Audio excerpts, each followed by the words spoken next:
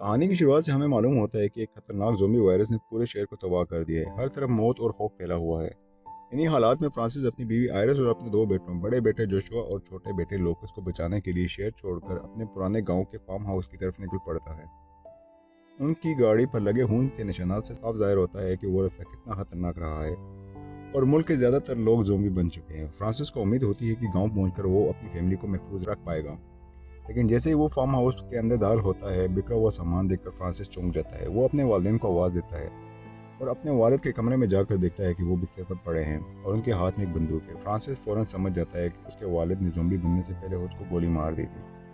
वो अपने वालिद की बंदूक और उसके हाथ से घड़ी उतार कर अपने पास रख लेता है। इसी लम्हे अचानक उसे एक आवाज़ सुनाई देती है। वो उसकी माँ की आधी कटी हुई हालत में जिंदा होती है और दीवार पर सर मार रही होती है और बार बार सॉरी कह रही होती है। अचानक वो फ्रांसिस पर हमला कर देती है, लेकिन मजबूरी में फ्रांसिस उसे गोली मार देता है। बाद में फ्रांसिस अपने वालिदैन को दफना देता है और समझ जाता है कि वायरस अब गांव तक भी पहुंच चुका है। इसके बाद जोशुआ फ्रांसिस से कहता है कि उन्हें स्टोर रूम से ज़रूरी सामान ले लेना चाहिए। दोनों वहां जाते हैं और देखते हैं कि फार्म हाउस के केयर टेकर ने फांसी लगा ली थी। चंद लम्हों की खामोशी के बाद फ्रांसिस जोशुआ से कहता है कि वो केयर टेकर की कमर से चाबियां निकाल ले। डरते डरते जैसे ही जोशुआ चाबियां खींचता है तो केयर टेकर की लाश अचानक नीचे गिर पड़ती है। घबराहट में जोशुआ भागकर बाहर आ जाता है। आयरिस जोशुआ को डरा हुआ देखकर सवाल करती है और फ्रांसिस समझ जाता है कि असल खतरा अब शुरू होने वाला है। फ्रांसिस आयरिस से कहता है कि कुछ खास नहीं हुआ, बस एक मुर्दा लाश जोशुआ पर गिर गई थी। ये सुनकर आयरिस गुस्से में कहती है कि जोशुआ से ऐसे खतरनाक काम मत करवाया करो, लेकिन फ्रांसिस साफ साफ कहता है कि अगर यहाँ जिंदा रहना है तो ये सब कुछ सीखना पड़ेगा, वरना कोई भी ज़्यादा अरसा जिंदा नहीं रह पाएगा। इसके बाद फ्रांसिस अपने छोटे बेटे लुकस को खाने के लिए गन्ने का एक टुकड़ा देता है। लोकस को खुशी से खाते देखकर फ्रांसिस खुश हो जाता है, जैसे उसे साफ जाहिर होता है कि वो अपने छोटे बेटे से बहुत ज़्यादा प्यार करता है। इसके बाद आयरिस फ्रांसिस को नीचे बने हुए एक बंद कमरे में ले जाती है। इस कमरे को देखते ही फ्रांसिस घबरा जाता है, क्योंकि उसे अपना बचपन याद आ जाता है। बचपन में उसके वालिद उसे सजा देने के लिए इस कमरे में बंद कर दिया करते थे। इस याद के साथ फ्रांसिस का चेहरा संजीदा हो जाता है। रात होते ही पूरा खानदान एक साथ बैठकर खाना खा रहा होता है। इसी दौरान जोशुआ को एक रेडियो मिलता है। वो उसे चलाने की कोशिश करता है, मगर फ्रांसिस उसको बिल्कुल पसंद नहीं आता। वो फ़ौरन जोशुआ को रोक देता है और कहता है कि पहले खाना खाओ। खाने के दौरान जोशुआ बताता है कि उसकी गर्लफ्रेंड एलिस का पैगाम आया कि वो अपने खानदान के साथ शमाल के पहाड़ों में जा रही है, जहां हुकूमत ने लोगों को बचाने के लिए एक महफूज जगह बनाई है। ये सुनकर फ्रांसिस साफ लहजे में इनकार कर देता है और कहता है कि वो किसी भी महफूज जगह पर नहीं जाएगा। इसके मुताबिक वहाँ लोगों को जानवरों की तरह ट्रीट किया जाता है और खाने के लिए आपस में लड़ना पड़ता है। वो साफ कह देता है कि ये सब यही रहेंगे। आयरिस को इसका ये फैसला बिल्कुल पसंद नहीं आता, मगर वो खामोश रहती है। इसी रात आयरिस फ्रांसिस से कहती है कि जोशुआ से इतनी सख्ती से बात ना किया करे, क्योंकि वो अब बड़ा हो चुका है और अब चीज़ों को समझता है। उसी रात फ्रांसिस को एक खौफनाक ख्वाब आता है, जिसमें वो अपने बाप की डरावनी शक्ल देखकर उठ जाता है। डर के मारे वो फ्रांसिस अचानक जाग जाता है और आयरिस को जोर से पकड़ लेता है। सुबह के वक्त आयरिस साफ लफ्ज़ों में कह देती है कि वो इस जगह पर रहना बिल्कुल नहीं पसंद करती। पर बुरे ख्वाब और आयरिस के मुसलसल इसरार की वजह से फ्रांसिस मजबूर होकर पहाड़ों में बने महफूज कैंप की तरफ जाने का फैसला कर लेता है। पूरी फैमिली गाड़ी में रवाना हो जाती है। रास्ते में वो देखते हैं कि एक पुल पर कई सारी गाड़ियाँ खड़ी होती हैं और रास्ते में बहुत सारी रुकावटें होती है। फ्रांसिस वापस फार्म हाउस लौटने की बात करता है, मगर आयरिस कहती है कि रास्ते को हम लोग बिल्कुल साफ करके यहाँ से निकल पाएंगे। आयरिस गाड़ी से उतर कर रास्ते की रुकावटें को हटाने की कोशिश करती है, मगर वहाँ पर अचानक ज़ॉम्बी सामने आ जाता है। खौफ के मारे आयरिस वहाँ से भागने लग जाती है। इसी लम्हे फ्रांसिस गाड़ी से उतरता है और ज़ॉम्बी को गोली मार देता है और आयरिस की जान बचा लेता है। लेकिन गोली की आवाज़ सुनते ही वहाँ पर बहुत सारे ज़ॉम्बी पहुँच जाते हैं और उस गाड़ी पर हमला कर देते हैं जिसमें बच्चे सवार थे। फ्रांसिस होशियारी से तमाम ज़ॉम्बियों को अपनी तरफ बुला लेता है। उससे बचते हुए वहाँ पे एक ग्रेनेड फेंक देता है। जोरदार धमाके के साथ सारे ज़ॉम्बी मारे जाते हैं और उनकी फैमिली बच जाती है। लेकिन अब गाड़ी स्टार्ट नहीं हो रही थी। मजबूरन सब लोग पैदल वापस फार्म हाउस की तरफ लौटने लग जाते हैं। घर पहुंचकर फ्रांसिस साफ लफ्ज़ों में कहता है कि अब वो सब कुछ आयरिस की मर्जी के मुताबिक होगा। अगली सुबह फ्रांसिस अकेला ही पुल की तरफ गाड़ी लेने के लिए चला जाता है। काफ़ी कोशिश के बाद जब गाड़ी स्टार्ट हो जाती है तो उसके जहन में एक ख्याल आता है कि अगर वो गाड़ी वापस ले आया तो आयरिस दोबारा यहाँ से जाने की बात करेगा। यही सोचकर वो जानबूझकर गाड़ी वहीं पर छोड़ देता है और पैदल ही वापस फार्म हाउस आ जाता है। जब आयरिस फ्रांसिस से गाड़ी के बारे में पूछती है तो वो झूठ बोल देता है कि गाड़ी बिल्कुल ख़राब थी और स्टार्ट नहीं हो रही थी। रात को फ्रांसिस घर की लाइट्स और एसी वगैरह ठीक कर देता है और बच्चों के साथ हंसने खेलने लग जाता है। सब लोग नाचते गाते रहते हैं और कुछ देर के लिए सब कुछ भूल जाते हैं। दूर खड़ी आयरिस ये सब कुछ देख रही होती है। उसे महसूस होता है कि फ्रांसिस अब इस जगह को बिल्कुल अपना घर मान चुका है और यहाँ से बिल्कुल नहीं हिलने वाला। कुछ देर बाद जोशुआ और लोकस एक पुराना फोटो एल्बम देखने लगते हैं। एक तस्वीर में वो अपने वालिद फ्रांसिस और चचा डिएगो को एक साथ खड़े देखते हैं। लोकस मासूमियत से कहता है कि जोशुआ बिल्कुल चचा डिएगो जैसे दिखता है। ये बात सुनकर जोशुआ उलझन में पड़ जाता है। ऐसा ऐसा जोशुआ को एहसास होने लगता है कि फ्रांसिस उसका असल बाप नहीं बल्कि डिएगो था। इसी वजह से फ्रांसिस हमेशा लोकोस को ज़्यादा प्यार करता था। ये सोचकर जोशुआ के दिल में शक और भी ज़्यादा बढ़ जाता है। अगली सुबह जब फ्रांसिस जागता है तो आयरस से माफ़ी मांगता है और मान लेता है कि अब तक जो कुछ हुआ उसकी जिम्मेदारी उसी पर थी। ये सुनकर आयरस को भी अपने रवैये पर माफ़ी मांगनी पड़ती है। फ्रांसिस आयरस को यकीन दिलाता है कि आज से वो सब कुछ नए सिरे से शुरू करेंगे। वो कहता है कि अब वो यहीं रहेंगे और बच्चों की परवरिश की जिम्मेदारी मिलकर निभाएंगे। बात खत्म होते ही फ्रांसिस अंडे लेने के लिए खलियान की तरफ जाता है, लेकिन वहाँ पहुँचते ही वो देखता है कि एक पागल कुत्ता मुर्गियों को नोच रहा है। फ्रांसिस उसे भगाने की कोशिश करता है, मगर अचानक वही कुत्ता उसके हाथ की कलाई पर जोर से काट लेता है।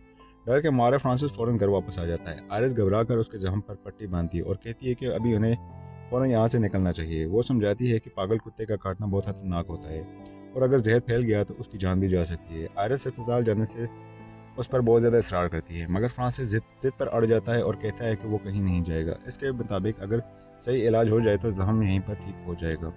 इसी दौरान जोशुआ बाहर सड़क पर जाकर रेडियो के सिग्नल पकड़ने की कोशिश करता है। अचानक उसे डेल्टा कैंप के बारे में कुछ सुनाई देता है। वो फौरन दौड़कर घर आता है और सबको ये बताता है, मगर फ्रांसिस को उसकी बात पर यकीन नहीं होता और गुस्से में वो जोशुआ से कहता है कि झूठ बोलना बंद करो। फ्रांसिस ये मान चुका था कि अब इस दुनिया में कोई भी महफूज जगह बाकी नहीं रही। या तो लोग मर चुके हैं या ज़ॉम्बी बन चुके हैं। रात के खाने के दौरान पूरा खानदान एक बार फिर डेल्टा कैंप के बारे में बात करता है। फ्रांसिस सबको समझाता है कि बाहर की दुनिया मुकम्मल तौर पर तबाह हो चुकी है, तो वहाँ जिंदा बचने की अब कोई उम्मीद नहीं है। इसके मुताबिक यही फार्म हाउस इनके लिए सबसे महफूज जगह है और उन्हें यहीं पर रहना चाहिए। अगली सुबह जोशुआ अपने वालिद फ्रांसिस के पास आता है और कहता है कि वो भी अपने खानदान के लिए कुछ करना चाहता है। और वो फ्रांसिस को बताता है कि अब वो बच्चा नहीं रहा और उसे अपनी आज़ादी चाहिए, लेकिन फ्रांसिस उसकी बात को नज़रअंदाज कर देता है और कहता है कि वो अभी इतना बड़ा नहीं हुआ कि अपने फैसले खुद कर सके। फ्रांसिस की ये बात कहता है और कभी खानदान को बचाने के लिए किसी को मारना भी पड़ सकता है। जब फ्रांसिस जोशुआ से पूछता है कि अगर ज़रूरत पड़ी तो क्या वो किसी को मार सकता है, तो जोशुआ जवाब देता है कि अगर खानदान की हिफाजत के लिए ज़रूरी हुआ तो वो ये भी कर सकता है। जोशुआ की हिम्मत आजमाने के लिए फ्रांसिस उसको बाहर खेत की तरफ ले जाता है और एक निशाना लगाता है और जोशुआ से कहता है कि इस पर गोली चलाओ। जोशुआ कई बार कोशिश करता है, मगर वो निशाने को चूक जाता है। फ्रांसिस गुस्से में चीखने लग जाता है और कहता है कि अगर वो खानदान की हिफाजत नहीं कर सकता तो ऐसी बातें करना बंद करे।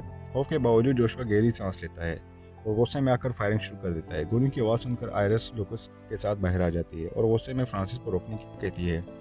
उसी वक्त उसकी नज़र सामने खड़े एक ज़ॉम्बी पर पड़ती है। देखते ही देखते वहाँ पर बहुत सारे ज़ॉम्बी आ जाते हैं। फ्रांसिस चीख कर सबको भागने को कहता है। सब लोग दौड़ कर घर की तरफ दाखिल हो जाते हैं, दरवाज़ा बंद करते हैं और बाहरी सामान लगाकर रास्ता रोक देते हैं। ऊपर जाकर वो देखते हैं कि ज़ॉम्बी पूरे घर को घेर चुके हैं। कुछ ही देर में ज़ॉम्बी दरवाज़ा तोड़ने की कोशिश करने लगते हैं। फ्रांसिस समझ जाता है कि अब यहाँ से बच कर निकलना आसान नहीं होगा। इसी दौरान अचानक बाहर से एक गाड़ी की आवाज़ आती है। एक आदमी गाड़ी लेकर आता है और ज़ोर ज़ोर से हॉर्न बजाने लग जाता है। ज़ॉम्बी फौरन उस गाड़ी की तरफ मुतवज्जो हो जाते हैं और आदमी गाड़ी घुमाकर वहाँ से भाग जाता है और सारे ज़ॉम्बी उसके पीछे दौड़ पड़ते हैं। फ्रांसिस इस गाड़ी को देखते ही पहचान जाता है कि ये किसकी है। अगली सुबह फ्रांसिस दरिया के किनारे उस आदमी से मिलने जाता है। वहाँ उसे पता चलता है कि वो आदमी उसका बड़ा भाई डिएगो है। पिछली रात उसने उसकी जान बचाई थी। डिएगो बताता है कि वो वालिदैन से मिलने आया था, लेकिन फ्रांसिस उसे बता देता है कि अब वो इस दुनिया में नहीं रहे। डिएगो रुक कर मदद करने की पेशकश करता है, मगर फ्रांसिस को ये बात बिल्कुल पसंद नहीं आती। दरअसल फ्रांसिस डिएगो से नफरत करता है क्योंकि शादी के बाद डिएगो आयरिस के साथ ताल्लुक था। तो जोशुआ दरअसल डिएगो का बेटा है, फ्रांसिस का नहीं। उस समय फ्रांसिस डिएगो को फ़ौरन यहाँ से चले जाने का कहता है। जाने से पहले डिएगो उसे एक नक्शा देता है और कहता है कि अगर ज़िंदा रहना है तो शमाल के पहाड़ों में बने कैंप में चले जाना। वो ये भी बताता है कि शहर के ज़ॉम्बी ऐसा ऐसा इस तरफ बढ़ रहे हैं। फ्रांसिस गुस्से में नक्शा जलाने वाला होता है, मगर आखिरी लम्हे रुक जाता है और उसे अपने पास रख देता है। फ्रांसिस घर वापस आता है और डिएगो की जैकेट आयरिस को दिखाता है। जैकेट देखते ही आयरिस उदास हो जाती है और बगैर कुछ कहे वो अपने कमरे में चली जाती है। अब फ्रांसिस को लगने लगता है कि ज़ॉम्बी किसी भी वक्त यहाँ पहुँच सकते हैं, इसलिए वो दरवाज़ों और खिड़कियों को मजीद मजबूत करने लग जाता है। इसी दौरान खेलते गिरते लुकस तहखाने में बेसमेंट में पहुँच जाता है। जैसे वो खिड़की से बाहर झांकता है तो वो खौफ के मारे चीख पड़ता है। आयरिस फौरन वहाँ आती है और उसे देखती है कि बाहर एक बूढ़ा ज़ॉम्बी खड़ा है। वो लुकस को समझाती है कि ये ज़ॉम्बी बहुत ज़्यादा कमज़ोर है और खतरनाक ज़रा भी नहीं है, लेकिन फ्रांसिस ये सब कुछ चुपचाप सुन रहा होता है। वो बाहर जाता है और ज़ॉम्बी को पीछे करता है और उसको मार देता है, उसका सर काट लेता है। वापस आकर फ्रांसिस सब इकट्ठा करता है और कहता है कि बाहर अभी भी बहुत ज़्यादा खतरा है और बहुत सारे ज़ॉम्बी मौजूद हैं, इसलिए उन्हें फार्म हाउस में ही रहना चाहिए क्योंकि यही जगह सबसे महफूज है। लेकिन आयरिस समझ जाती है कि फ्रांसिस सच नहीं बोल रहा। बाद में जब फ्रांसिस नहाने जाता है तो जोशुआ उसके कमरे में जाता है। वो नक्शा देख लेता है जो डिएगो ने दिया था। कुछ देर बाद फ्रांसिस वापस आता है तो जोशुआ को कमरे से बाहर निकाल देता है। जैसे ही रात होती है फ्रांसिस अचानक क्रिसमस मनाने की तैयारी शुरू कर देता है। सब उसे याद दिलाते हैं कि अभी सितंबर का महीना चल रहा है, क्रिसमस कैसे हो सकता है, मगर फ्रांसिस कहता है कि उसके लिए आज ही क्रिसमस है। यहाँ से साफ जाहिर होता है कि फ्रांसिस की ज़हनी हालत ख़राब होती जा रही है। रात के खाने के दौरान जोशुआ अपनी माँ को नक्शे के बारे में बताता है। आयरिस फ्रांसिस से पूछती है कि नक्शा कहाँ है। ये सुनते ही फ्रांसिस गुस्से में आ जाता है और कहता है कि इसके पास कोई भी नक्शा नहीं है। फिर वो बच्चों को से कहता है कि उनकी माँ किसी और के साथ भागना चाहती थी, मगर वो वायरस की वजह से ऐसा नहीं कर पाई। जिससे उनका बच्चे रोने लगते हैं और आयरिस से सच पूछते हैं। आयरिस मजबूरी में मान लेती है कि फ्रांसिस जो कह रहा है वो सच कह रहा है। इसके बाद फ्रांसिस सबको खबरदार करता है कि अगर कोई भी इस घर से बाहर निकला तो उसके लिए वो बहुत बुरा होगा। वो नक्शा उठाकर आग में फेंक देता है। ये देखकर आयरिस गुस्से में फ्रांसिस को थप्पड़ मार देती है और अपने कमरे में चली जाती है। अगले दिन फ्रांसिस गन्ने लेने के लिए खेत में चला जाता है। उसके जाने के बाद आयरिस बच्चों के साथ बैठकर बातें करती है। साफ जाहिर होता है कि बच्चे अपनी माँ के साथ खुद को ज़्यादा महफूज समझते हैं, क्योंकि फ्रांसिस अब अजीब हरकत करने लग चुका है और उसकी ज़हनी हालत भी अब ठीक नहीं। शाम को फ्रांसिस वापस आता है और एक बड़ा लकड़ी का तख्ता उठाकर दरवाजे के सामने लगा देता है। वो सबको बताता है कि बाहर बहुत ज़्यादा खतरा है और अब कोई भी बाहर नहीं जाएगा। वो यहाँ तक कहता है कि अगर किसी ने भी बाहर जाने की कोशिश की तो वो खुद इस पर हमला करेगा। ये सुनकर जोशुआ कहता है कि उसके लिए उसका वालिद झूठ बोल रहा है और सबको सिर्फ घर के अंदर कैद करना चाहता है। जोशुआ की बात सुनते ही फ्रांसिस आग बगोला हो जाता है। वो जोशुआ को जोरदार थप्पड़ मारता है और उसे गंदी औलाद कहता है और गालियाँ देने लग जाता है। उसी वक्त अचानक दरवाजे पर दस्तक होती है। बाहर से एक फौजी खड़ा होता है जो मदद मांग रहा होता है। फ्रांसिस उसे भगा देता है, मगर जोशुआ दरवाज़ा खोल देता है और फौजी सीधा अंदर आ जाता है। आयरिस देखती है कि फौजी बुरी तरह जख्मी है। फौजी बताता है कि वो डेल्टा कैंप में काम करता था। वो खाने की तलाश में बाहर शहर की तरफ निकला था, मगर वहाँ ज़ोंबी ने उस पर हमला कर दिया। उसके तमाम साथी मारे गए, लेकिन वो किसी तरह बच निकला है। वो ये भी बताता है कि एक आदमी ने उससे अपनी जान पर खेल कर उसे बचाया है और मरने से पहले उसको घर का पता भी दिया था। सब समझ जाते हैं कि वो आदमी डिएगो था। आयरिस घबरा कर पूछती है कि क्या वो डिएगो अभी जिंदा है। फौजी बताता है कि नहीं, ज़ोंबियों ने उसे घेर लिया था, शायद वो अभी तक मारा जा चुका होगा। आयरिस फौजी की जख्मों पर पट्टी बांधती है और फ्रांसिस से कहती है कि आज रात उसे यहीं रहना चाहिए। फ्रांसिस मान जाता है, मगर शर्त रखता है कि फौजी तहाने में रहेगा। रात को जोशुआ अपनी माँ से कहता है कि वो फिक्र ना करें। वो बताता है कि उसे मालूम है कि फ्रांसिस उसका असल बाप नहीं है, इसलिए वो उसके साथ इतना सख्त रवैया रखता है। फिर भी फ्रांसिस को अपना बाप ही मानता है। जोशुआ कहता है कि वो आज रात बाहर जाकर सड़क की हालत देखेगा। आयरिस उसे इजाज़त दे देती है और जोशुआ चुपके से घर से निकल जाता है।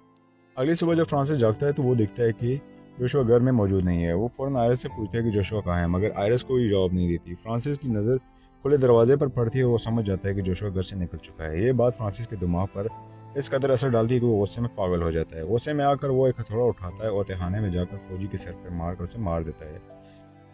ये मंजर देखकर आयरिस और लूकस खौफ के मारे कांपने लग जाते हैं। इसके बाद फ्रांसिस आयरिस को जोर से थप्पड़ मारता है और धक्का देकर उससे बेहोश कर देता है। जब आयरिस को होश आता है तो वो देखती है कि फ्रांसिस ने उसे और लूकस को तहाने में बंद कर दिया है। दूसरी तरफ फ्रांसिस को वही पागल कुत्ता दिखाई देता है जिसने उसे काटा था। गुस्से में आकर वो बाहर जाकर उस कुत्ते को मार कर फ्रांसिस की ज़हनी हालत मुकम्मल तौर पर बिगड़ चुकी थी। वो उस कुत्ते का गोश्त पकाकर आयरिस और लूकस के पास ले आता है और ज़बरदस्ती उन्हें खिलाने की कोशिश करता है। आयरिस इनकार कर देती है। गुस्से में फ्रांसिस थाली फेंक देता है और चाकू नीचे गिर जाता है। आयरिस चुपके से उस चाकू के ऊपर पाँव रख देती है। इसके बाद आयरिस फ्रांसिस को पुरसुकून करने की कोशिश करती है। वो कहती है कि फ्रांसिस उसकी ज़िंदगी का सबसे अहम इंसान है, मगर उसी वक्त फ्रांसिस की नज़र उसी चाकू पर पड़ जाती है जो आयरिस ने छुपाया हुआ था। वो चाकू उठाता है और आयरिस को दोबारा तहाने में बंद कर देता है।